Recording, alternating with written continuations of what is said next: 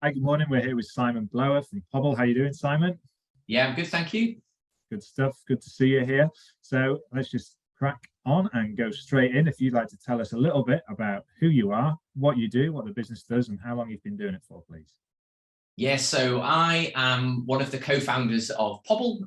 We're a platform for helping to inspire children to write. My background is a former primary school teacher and deputy head here in Harrogate, North Yorkshire. I set up Pobble while I was still in the classroom through a challenge that existed in many classrooms around the world, children that were struggling to write. And that was about 9 years ago now. So I sort of made the leap about 8 years ago to do this full time. Decided that I didn't want to be a head teacher and quite fancy being an entrepreneur. And I've been Pobbling ever since. Good stuff. Thank you. So years going it alone. Obviously, the last 2 or 3 years has covered the pandemic. What was that for you guys? What was the biggest impact for you? I mean, might sound like an obvious question with the schools, and we all know what happened, but yeah, from your own perspective, in your own words, with regards to Pobble. Yeah, so it was a really interesting time for us, I guess. We were fortunate that we had an online platform, which a lot of schools weren't familiar with and became quite familiar with quite quickly. We had a free element of the platform, which, to be honest, got huge traffic, sort of millions of hits every month from schools all around the world, schools that we would never have reached. So from a business perspective, we felt that it was actually a good time in terms of, the word spreading about what we do. The business challenge was, of course, that the element that people were getting to in a lot of cases was the free element. And obviously in that time, you wanted to support and help. From a business perspective, we were already a remote team. We made the decision about 4 years ago to give up our office and work fully remote. We have developers working outside of the UK. So we were able to pivot really quickly to, we're already at home anyway, everyone, the way that we meet, etc. But it certainly impacted on, the way that we worked with schools. I spent a lot of time going into schools, training. I run writing workshops with children still. And obviously that stopped overnight. I suddenly became that person that sat in their home office every day and, was looking at a computer screen. Now, saying that, I think from a teacher's perspective, it did really fast forward how they use technology in a school. So, we saw a huge disparity in, what some schools would do with technology compared to others. And I think some schools had to catch up quite quickly. And I'm sure there'll be listeners to this recording that go, yeah, we didn't have anything set up at my child's school. So I think, again, from an education's perspective, that was a positive experience. I certainly now can run training online that perhaps 3 years ago I wouldn't have dreamed of, using a Zoom meeting to train a set of teachers. So yeah, it's been a really interesting period. Any actions within the business? I mean, you mentioned you work remotely anyway, but kind of because of the pandemic that you weren't doing before and then had to change and then have stuck with, is there anything that yeah, so we started using a tool called Basecamp. So we tried we felt we had a lot of meetings. And again, because of the challenges of, some of the staff having children at home, different time zones, some of my staff were in Europe. One of my developers, a more recent challenges was based in the Ukraine. So again, that brought another challenge to the business. But we started using Basecamp so that we could work a lot more asynchronously. So it wasn't just we clocked in at 9 o'clock and we left at 5 o'clock. Not that you ever do that as an entrepreneur. But it was much more task focused. You do it in your own time. You work around your family, your children. And we've stuck with that. We actually found it to be way more productive. If I have a window at 6 o'clock in the morning to do something, then and there's a task for me to do, I can crack on and do it. And all of our discussions came through Basecamp. So we had way less meetings. And again, in terms of productivity, you're probably familiar with the tool, but it's a brilliant tool. And we've stuck with that ever since. Great. Thank you. Good share on that. So what does the future look like for you guys from what you can see at this point in time? And then what do you see as the main challenges are going ahead?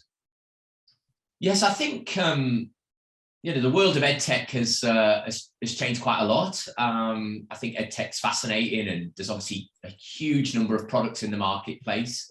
The economic challenge for schools, I think, is still very much there. Particularly in the UK. So budgets will remain a challenge and probably be even harder. So that's still going to be a worry for the business. By moving online, we were able to now work with a lot of individual teachers rather than schools. So again, we have a huge amount of traffic coming from outside of the UK now. And again, that's probably going to be an area of focus moving forward. We have a lot of schools in Australia, teachers in Australia as a very quick example. So yeah, I think we almost become more of a sort of SaaS business than perhaps, a business that was very much about going into schools, meeting head teachers, presenting to governors. So I think the way that we sell what we do moving forward will very much change, or will continue to evolve. As mentioned, the challenges will definitely come from where in a school's budget will they be able to get money. Now, again, writing was a subject quite badly hit during lockdown. I don't know whether you have children, but certainly the parents on the call will know that it's very easy to sit and read with your child, and there's a lot of online maths programs, but actually getting your child to write without the input from a teacher was quite difficult. And national data has shown that, writing has dipped. So again, from a business perspective, there should be a need for what we do out there. And again, it would be our goal to continue to support schools and teachers and maybe even parents moving forward that need that support as well. Great, good share, thank you. Yeah, I've got a couple of little kids myself, and it was tricky. And recently chatting to somebody else actually on one of these interviews who engagement in education, I think was Alan, and he's developed something, an app around helping parental engagement at home to obviously boost that ability to take on what's taught in the classroom and kind of add another 2 or 3 years potential teaching through parental engagements. It's fascinating what's going on in this sector and the way that technology is bringing it on. Yeah, well, I think it's because of COVID, I think parents suddenly got more eyes into the classroom perhaps than they had before. They might have been on a Teams call, they might have had more work sent home. And in a lot of cases, they want to keep that. So I think, I know friends who've set up tutoring companies. There's definitely a demand there for parents that, they want, most parents do want to help their children. So if there are tools out there that can help, I think parents will definitely be interested. So yeah, as mentioned, it's definitely something we've seen an increase in interest in from individual parents, not just schools. Great, thank you for that. So moving on to yourself then, in terms of a business owner and that transition obviously that you made from teacher to business owner, what would you say is the biggest learning you've had in that time, if there's one that you can pick out?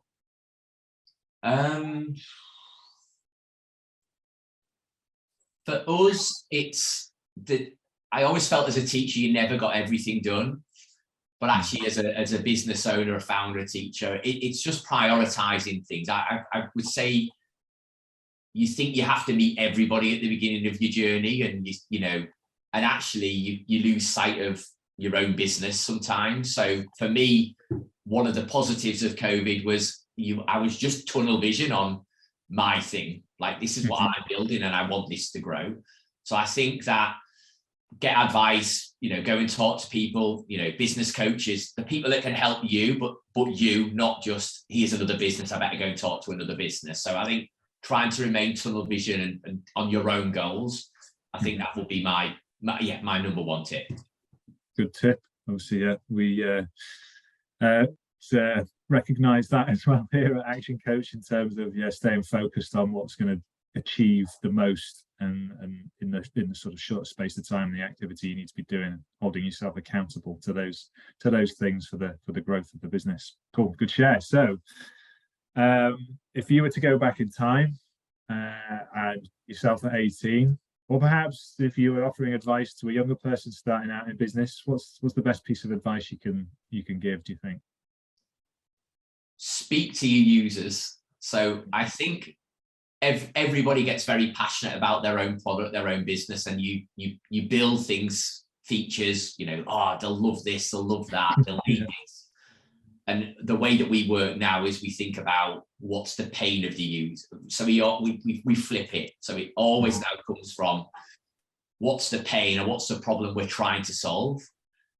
And then we start to think about a solution to solve it. So yeah, it's flipping the whole thing on its head. And yeah, the more users you can speak to, people that aren't using your products, you know, what are their pains with, for example, the teaching of writing, rather than here's Pobble, this will help you to teach writing. So yeah, I think that's the big thing that I would take away. The more people you speak to with a pain and identify that it really is a pain, because I think a lot of people develop products for something that they think is an issue, and perhaps it isn't as big an issue as they first thought.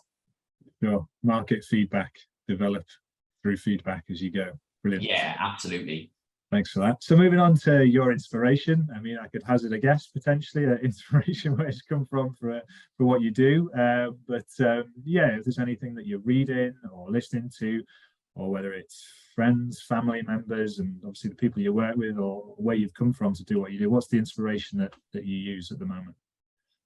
Yeah, so probably a few things. I guess one, I'm a passionate educator. So, you know, when I set up my platform, started in my own classroom, as mentioned, and writing was so difficult for a majority of children. You know, the school I was deputy head at, we had lots of children with English as a second language, with lots of children with special educational needs, and you know, writing was a tough skill. And then myself personally, I found writing quite difficult when I was at school. And then when I was teaching it, I love PE, maths, and again, I found writing difficult to teach. So again, it was a pain. It was something I was passionate about trying to help with. My personal story, and I guess one of the reasons I made the leap, is I lost a little boy, you know, after a few days, as I was setting up my business. And on the back of that, I never went back into school. So that was my leap from, do I really want to be an entrepreneur? Do I want to be ahead? To, I'm going to do this full time. And my real drive, the thing that gets me out of bed every morning, is I just want to help as many children as I can. I now have a little girl who's got Down syndrome. She again has her own challenges, and you know, it makes me even more passionate that I want to run a successful business, but actually I want to just help as many children that I can, and teachers. So that's, you know, that's my passion. That's what, you know, sparks that fire inside my belly every morning when I sit in front of my laptop.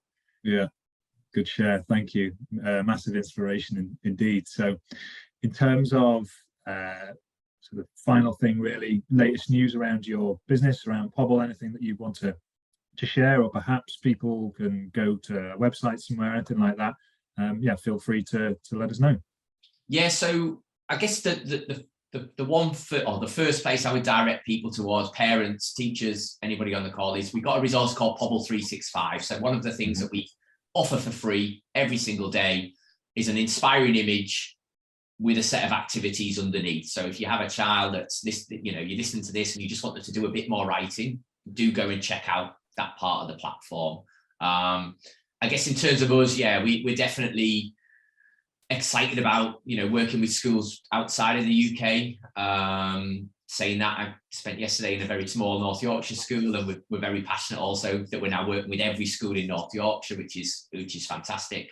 But yeah, I think for me, going back to that drive, trying to work with as many schools in as many different regions, and also, as I say, continuing to support parents, teachers that, you know, maybe can't subscribe but want that sort of that free resource that might help them as a first step into the platform. Great stuff. Excellent. Thanks, Simon. It's been a pleasure talking to you, and all the best with it. Thanks, Mike.